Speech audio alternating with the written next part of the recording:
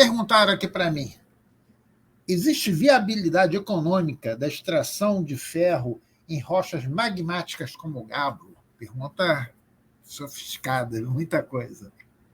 Mas vamos lá, vamos falar um pouco de viabilidade econômica, tá? Não sei se vocês entendem desse assunto, mas antes de eu começar, eu vou pedir para você a sua inscrição, teu joinha, se tornar membro, vem aqui para baixo aqui, para se tornar membro daqui do canal. E se você quiser falar comigo sobre registro de área, entrar nos leilões que vão ter agora esse mês, tá? Fazer a minha mentoria, me procura pelo WhatsApp. É só mandar uma mensagem que eu te respondo. 21 97 900 9791. 21 97 900 9791. Agora vamos para a resposta, tá? As pessoas querem muitas coisas muito mastigadas, né? Como esse caso aqui de viabilidade econômica, e fala de ferro, de gabbro, como se isso daí fosse uma lei. Só que em ciências naturais as coisas não são lei. Cada caso é um caso, cada caso tem que ser estudado, tá certo? Eu vou dar uma resposta genérica, mas cada caso é um caso, e depende da época, depende da situação, tá? Hoje, uma mina de ferro, tá? O pessoal está querendo muito acima de 50% de ferro, tá? Muito acima. Tá? O Brasil tem minas de 90% de ferro, tá? Tem depósitos monstruosos de ferro. Isso não é no mundo todo, é aqui no Brasil. Mas o ferro é um minério mais presente na natureza, talvez, né? O núcleo da Terra é ferro. E a hora que alguém conseguir explorar o ferro que está lá embaixo, derretido lá embaixo, todas as rochas daqui de cima vão deixar de perder valor. Depende de como é que produza. Depende do custo. Tá? Tudo vai depender de custo para fazer. Agora vamos pensar no gabbro. O gabbro é uma rocha, tem um pouco de ferro, tá? Mas quanto é o ferro de um gabbro? Tá, 10%, 20%, alguma coisa assim. Tá? O ferro do gabbro está lá no feldspato, está lá nas micas, está no meio dos minérios lá e não está puro, não está separado. Então, no caso do ferro, o gabbro não vai ser usado para ferro. Tá? Pelo menos ferro para fazer industrial. Mas vamos dizer que você está usando o ferro aí como um aditivo agrícola. Eu não sei se... O ferro acho que não serve para essa função. Mas vamos criar uma situação hipotética. Tá? Que você precisa ter ferro sendo mandado em pequenas parcelas, tá? Em pequenas quantidades. Pode ser como um remédio. Né? O ferro que está lá na mina de ferro não serve porque ele é muito forte. Você tem que ter ele diluído, que ele vai dissolvendo aos poucos. Aí ele pode se tornar viável. Entendeu? Porque ele está para aquela aplicação, ele está do jeito que precisa. Mas, normalmente, ferro, para você fazer aço, não serve. Tá? Mas isso acontece para todos os minérios? Não. Por exemplo, se você está procurando potássio, o potássio você já, uns 8%, 10%, você já pode considerar que você tem uma mina de potássio. Aí, algumas rochas podem ter esse teor. Tá? Está sendo usado no Brasil, né, principalmente, com essa falta aí de insumos agrícolas, né, de fertilizantes, né? Fertilizante é potássio KNP, nitrato e fosfato, tá? São esses três. Um deles é o potássio, é o K é potássio. E o P não é potássio, o P é fósforo, tá certo? Fosfato. E o N, nitrogênio. São esses três aditivos agrícolas, são muito usados. Vinham lá daquela região que está em guerra, tá? Porque o Brasil produz, os caras lá de cima não querem, né?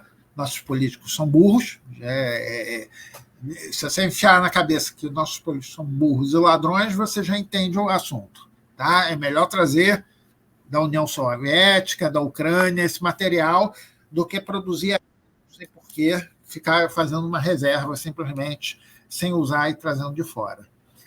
Tá? Deve ter comissão maior, vamos botar assim.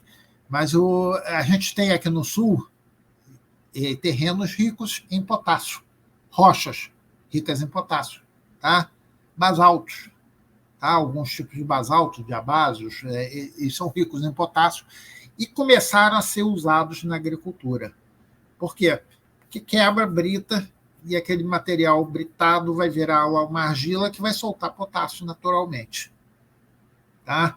Então, algumas rochas podem soltar elementos e serem viáveis economicamente. Mas essa conta de viabilidade econômica é feita caso a caso. Vamos dizer que você tem uma mina de ouro, tá? Com 100 quilos por tonelada. Mas essa mina esteja a 5 quilômetros de profundidade. Ela é viável economicamente? Entendeu? E ela está numa camadinha fininha. Fininha. Para você não dizer que vai fazer um furo e ganhar muito, ela está numa camada fininha. Então, cada furo de 5 quilômetros vai pegar um filetezinho desse tamanho de ouro. Aí, nem fazendo sondagem e capturando, você vai ter essa possibilidade. Não é viável economicamente, apesar de ser monstruosamente forte naquela camadinha. Entendeu? Então, tudo depende da situação que está. Então, uma situação que você tem ali um filete de ouro por quilômetros, com uma produtividade ótima, aqui em cima é uma coisa, lá embaixo, a 5 quilômetros, é outra. Você tem que fazer essa conta. Por isso que eu botei no desenho da gente aqui uma mina com o cara fazendo cálculo. Tem que fazer cálculo. Tem que fazer conta. Tá? Viabilidade econômica depende de cada situação. Ah, mas a mina está a 10 metros, a outra também está a 10 metros. Mas uma está em material mole, outra está em material duro. São situações diferentes. Mas é gabo. O gabo pode estar fraturado, não fraturado. O mesmo gabro pode estar em duas situações diferentes. Entendeu? Então tem que ser estudado caso a caso. Não tem como você fazer diferente disso. Não tem como você fazer. Você pode ter coisas genéricas. Por exemplo, ouro extraído superficialmente com meia grama por tonelada é viável. Mas tem neguinho tirando quilos de ouro que não está conseguindo. Por quê? Porque está tirando uma situação muito mais difícil, com muito mais custo. Entendeu? Tem coisa que você fazer 2, 3 pessoas bateando, você é economicamente viável, fica rico. E o cara que está cheio de trator, cheio de coisa, não consegue tirar, não consegue ganhar dinheiro.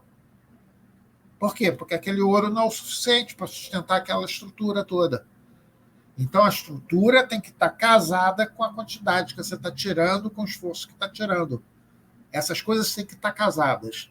Isso é viabilidade econômica. Não é o tamanho do teu maquinário, não é nada disso. Tá? É quanto você está gastando para tirar aquele material. Uma mina que para um cara cheio de trator não é viável economicamente, para um cara que vai trabalhar 2, 3 pessoas ali manual, pode ser viável economicamente. A mesma mina. Então você tem que calibrar o que você está gastando com o que você está ganhando. Entendeu? Tem casos que o cara manualmente não vai poder tirar. Por quê? Porque tem uma camada sem nada, grande, e ele não consegue furar. Aí ele precisa do maquinário. Tem gente que tem o maquinário, tem tudo, mas não tem o gás financeiro para chegar até o material. Por quê? Vai dar 5 milhões. Tá? 5 bilhões. Vamos botar em outra escala. Vai dar 5 bilhões. O cara tem 1 milhão. E para chegar nos 5 bilhões, aí tem que gastar 5 milhões. Valeria a pena tranquilamente, só que ele não tem o dinheiro, ele só tem 1 milhão. 1 milhão você não fura o material. Então, existe um projeto. Você vai gastar tanto para começar a tirar tanto. Aí começa a pagar. Você tem que fazer essas contas. Tá? Por isso que você contrata um geólogo, você contrata um engenheiro de minas, você contrata um administrador. Entendeu? Você contrata gente que sabe fazer esses cálculos. Tá? Não é uma exclusividade da gente, engenheiro de minas e geólogo. Tá? Se você tiver um administrador bom que saiba fazer os cálculos de viabilidade econômica, ele vai fazer o trabalho. Então, é aí que você tem que atacar. Viabilidade econômica depende de cada caso. Não é uma regra, não é uma regra geral. Tá? Eu tenho uma outra pergunta que perguntaram aqui do titânio. Quanto gasta para fazer uma planta de titânio? Depende. Aqui no Rio, tiram titânio de areia. Tá? Então, ele tira a areia e tira por gravidade o quartzo e sobra o titânio.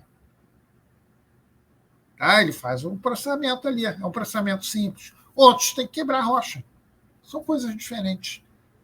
Então, viabilidade econômica é caso a caso, tem que ser estudado caso a caso. Tá certo? É assim que funciona, é assim que a gente tem que fazer. Ok? Então, espero que você tenha gostado.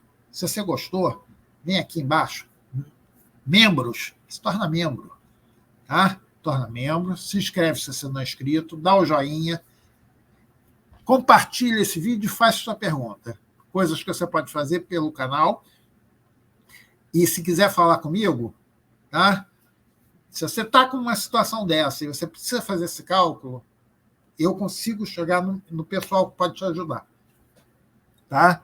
Aí você entra aqui no contato pelo WhatsApp 21 97 900 9791. De novo, 21 97 900 9791. E te digo mais, é mais difícil você ter uma área registrada já em situação de exploração do que você arrumar investidor. Investidor é mais fácil. Tá? Então, se você está achando coisas, se você está encontrando, conseguiu registrar, conseguiu passar pela burocracia, você está muito à frente e consegue tocar o seu negócio. É só você vir conversar com os profissionais. Tá bom? Tenho eu, tenho o Daniel Fernandes, tem um monte de gente aí que pode te ajudar. Tá certo? Então, até mais. Vou deixar 2 vídeos aqui para você continuar no canal. Tchau.